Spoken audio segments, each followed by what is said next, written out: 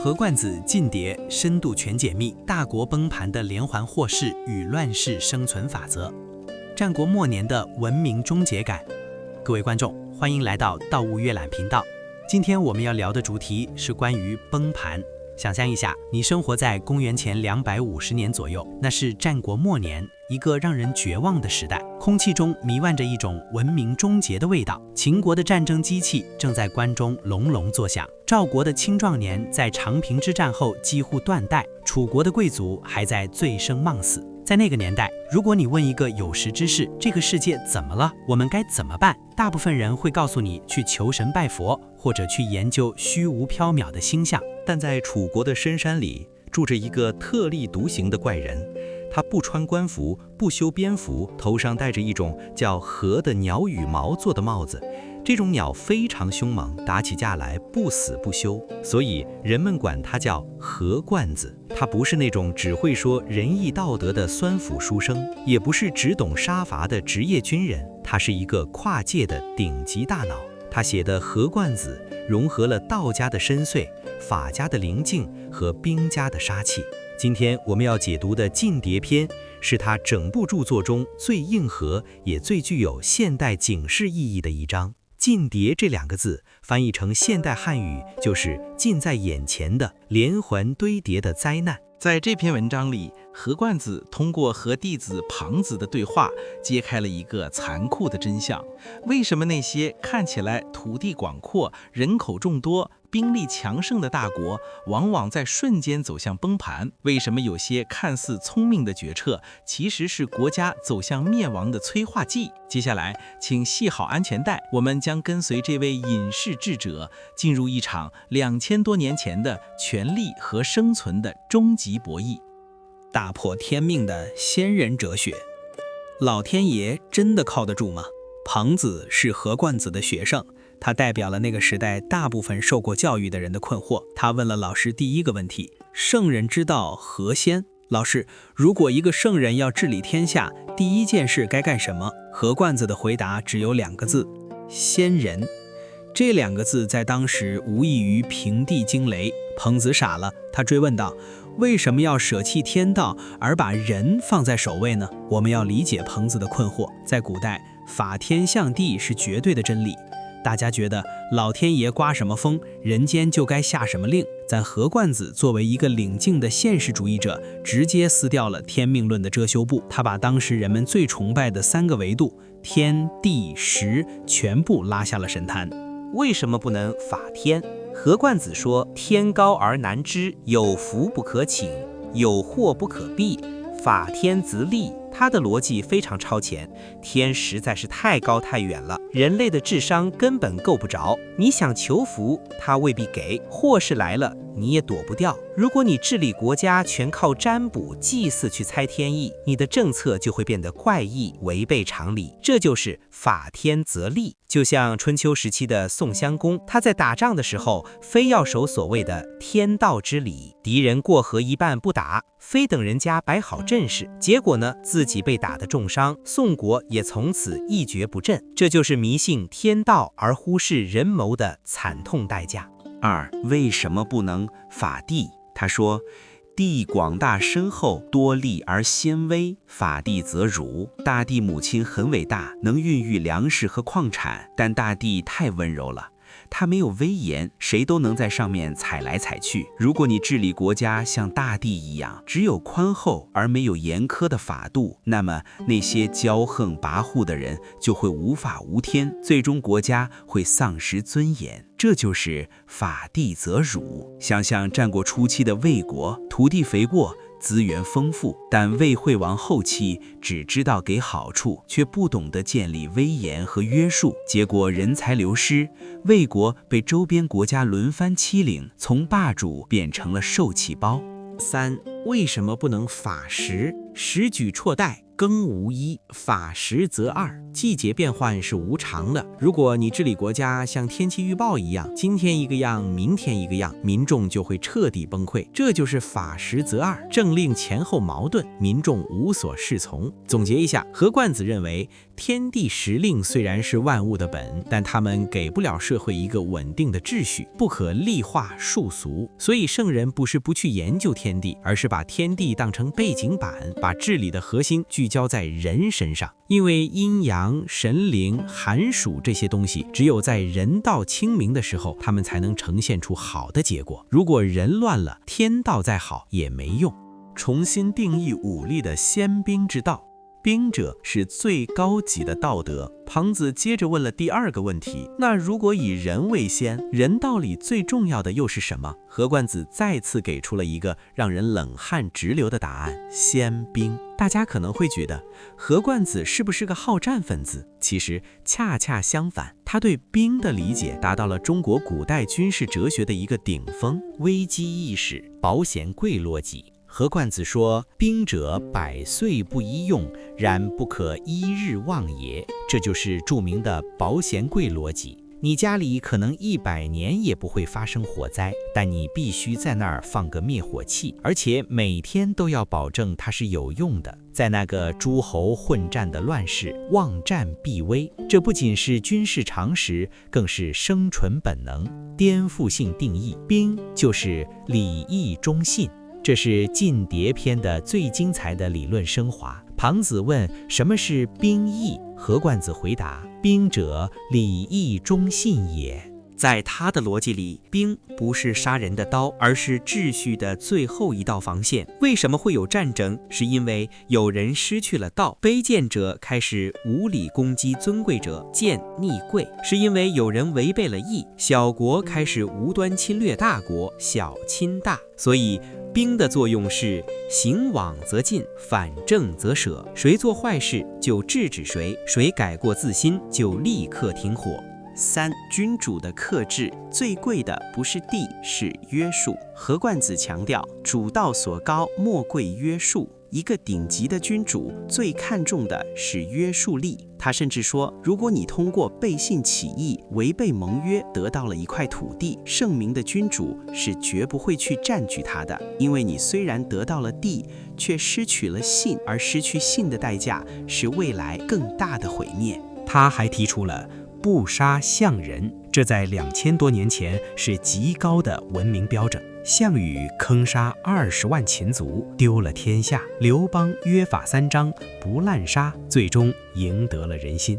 这正是对兵者礼义忠信最好的注解。所以何冠子的先兵思想本质上是以物止戈。他认为，如果没有强大的防御能力和严明的武理秩序，你所谓的仁义道德在乱世里就是一张擦脸纸，谁都能捅破它。大国崩溃的连环死结，为什么优势会变成诅咒？庞子提出了一个非常有现实感的困惑，也就是我们今天很多做企业、搞管理的人都在想的问题。老师，我听说土地大、人口多、兵力强就能得志于天下，但现在我看很多大国兵力受挫，理屈词穷，命令传不下去，禁令没人执行，这是为什么呢？何冠子的回答非常犀利，欲知来者察往，欲知古者察今。他认为那些看似无敌的大国之所以崩盘，是因为他们陷入了一个连环死结。晋谍第一步，君主的骄逸与不贤。一个国家崩坏的源头通常在最高层，不贤意味着君主没有大智慧，他无法做到无为而治，也就是说，他不能给专业的人才足够的信任和空间。骄傲导致轻敌，因为轻敌，他就不去听专家的建议，而是和自己身边那些只懂拍马屁的亲信所思商量战略。短视，为了须臾之说，瞬间的快感，虚假的繁荣，去追求那种超出实力的胜利，完全不计后果。第二步，群臣的遂治误国。当君主骄傲时，他身边的人就会发生异变。何冠子发明了一个词，叫华正之岁至。这些大臣没有辅佐君主的宏观战略，无明佐之大术，他们全是玩弄小聪明的高手。他们用这些碎片化的智巧去破坏国家的公正法度，他们善于揣摩君主的心思，把黑的说成白的。第三步，代价的转嫁，争过生于上，罪肆于下。这是整篇文章最令人寒心也最清醒的时刻。君主和奸臣在上面决策失误，对外结下了血海深仇，仇迹外结。等到敌国打过来了，这些决策者拍拍屁股走人，或者瑟瑟发嘟。而真正去送死的是谁？是那些源源之民，普通的百姓。过生于上，罪死于下。高层犯了错，底层去抵命。这个时候，国家已经陷入了孤立，哪怕君主现在想后悔，想向天下人道歉，甚至想向敌国让步，都已经晚了。不足盖以累众，灭门残疾族。这种灾难的堆叠，最终会导致灭族亡国的悲剧。致命的小聪明，什么是华正之治？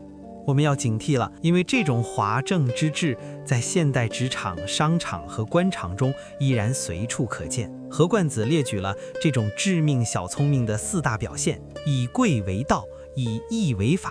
我觉得我身份高，所以我说的话就是道。我今天的心情好，这就是法。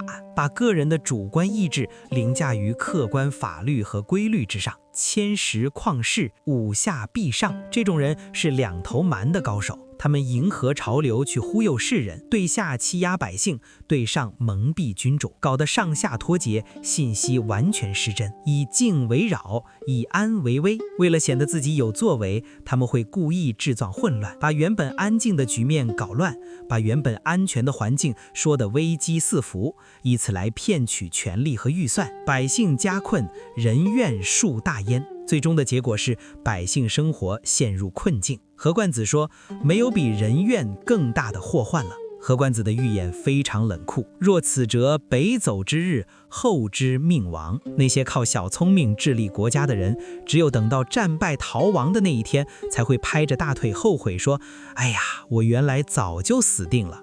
智者生存法则，如何拥有万人之智？那到底什么是真正的智慧？在乱世中，一个人或者一个组织如何才能立于不败之地？圣人也要按数循法。何冠子告诉我们，法度绝对不能以个人的喜好为准绳，即使是圣人也要按数循法。他提出了一个标准：人不摆其法者，不能为天下主。如果你不能全面掌握社会运行的客观法度，你就不配当领导者。真正的强者是在规则之内跳舞的人，而不是随意践踏规则的人。文字与制度只是1/10。何冠子还讲了一个非常有意思的观点，他说，仓颉造了字，书写了法典，这固然很重要，但你要知道，记载在纸上的，流传在图画里的那些道理，顶多只占到真相的1/10。真正的英雄，也就是杰雄，是那些能全面掌握着1/10制度，并能熟练运用的人。但更高的境界是能洞察那剩下的9/10，那些无形、将然、未有的东西。这就是万人之智。你能看到别人看不见的风险，你能预见到还没发生的事情，你能读懂万人的人心。何冠子说，如果你没有这种万人之智，你的智慧就永远只能在那些世俗的陈词滥调里打转，永远无法掌握大局。穿越1000年的现代启示，我们能学到什么？解说到这里，我们终于可以回答那个问题了：为什么要读何冠子进牒？2000多年过去了，战国的硝烟早已散去，但人性的弱点、权力的逻辑、崩盘的征兆几乎没有任何改变。这份2000年前的文稿给我们留下了4个硬核启示：别总想法天，先做好人事，不管是做公司还是过日子，别总想着撞大运等风来。先问问自己，我的产品好不好？我的团队稳不稳？我的人心齐不齐？先人，你的防御力就是你的道德力。在现代社会，诚信、法律意识自我约束就是你的兵，没有底线的成功，最终都会变成引爆自己的炸弹。兵者，礼义忠信，警惕碎志，回归大数。不要沉迷于玩弄各种职场小动作或商业小花招，那些看似让你占便宜的小聪明，华正之碎志，往往是在消耗你的大前程。回归制度，回归规律，才是长胜之道。决策者的敬畏心，永远记住那句过生于上，罪死于下。如果你是一个团队的领导者，你的一个傲慢决定，代价可能就是追随者的前途，甚至生命。深度拆解近谍到底是一种什么样的灾难模型？我们要仔细聊聊近谍这两个字。在贺官子的语境里，这不只是一个词，它是一个灾难连锁反应模型。为什么大国会突然崩溃？贺官子认为这种毁灭不是暴毙，而是慢性中毒。他用了一个非常有画面感的词，叫叠，堆叠的叠。风险的叠加效应。就像我们现代的金融危机，最开始可能只是几个房产合同出了问题，但这些问题被打包、被杠杆化、被隐藏，等到所有人都发现不对劲的时候，那个风险已经堆叠到了无法通过打补丁来解决的程度。这就是近谍。认知的盲区。何冠子说，君主在上面犯错，并不是因为他想让国家灭亡，而是因为他看不见，他被身边的私爱，也就是那些只会顺着他说话的亲信包围成了一个信息茧房。在这个茧房里，君主听到的全是我们的兵力天下无敌，我们的土地物产丰饶，但他看不见的是，底层的税收已经到了临界点，基层官员已经开始大面积躺平，边境的摩擦已经升级为不可调解的世仇。无法撤销的代价。当祸乱堆叠到一定程度，何冠子形容这叫累众灭门。这时候你想道歉，晚了；你想割地求和，晚了。就像一个已经在加速坠落的巨轮，仅靠转动船舵，已经无法改变撞击冰山的命运。这种无力感，就是近谍篇想要传达给所有掌权者的警示。官场现形记，华正之碎志的众神像。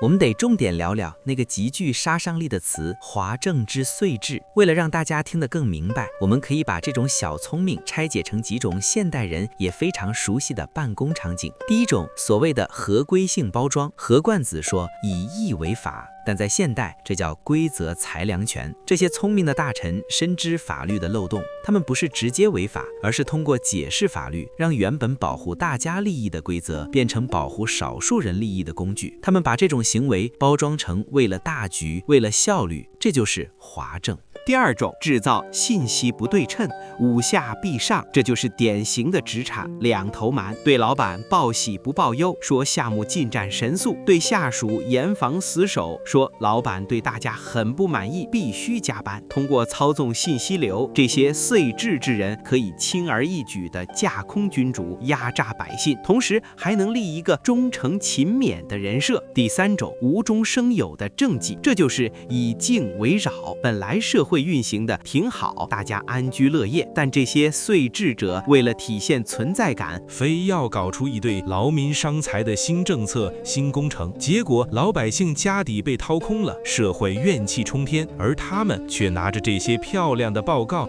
在君主面前领赏。认知升为1/10与9%的博弈。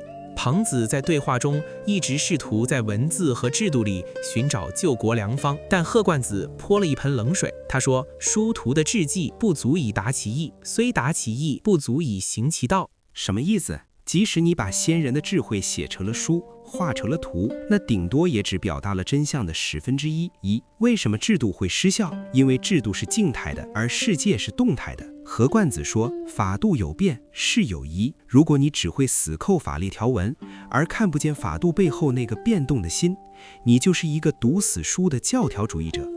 什么是无形的智慧？圣人之所以厉害，是因为他能看穿那9%隐藏在水面下的规律。他能看到一个政策颁布后10年后会引起什么样的社会风气变化，他能看到一种新型商业模式背后潜伏着什么样的系统性风险。这种能力在何冠子里被称为万人之智。这不是靠刷题刷出来的，而是靠对人性的深度洞察和对客观规律数的绝对敬畏修出来的。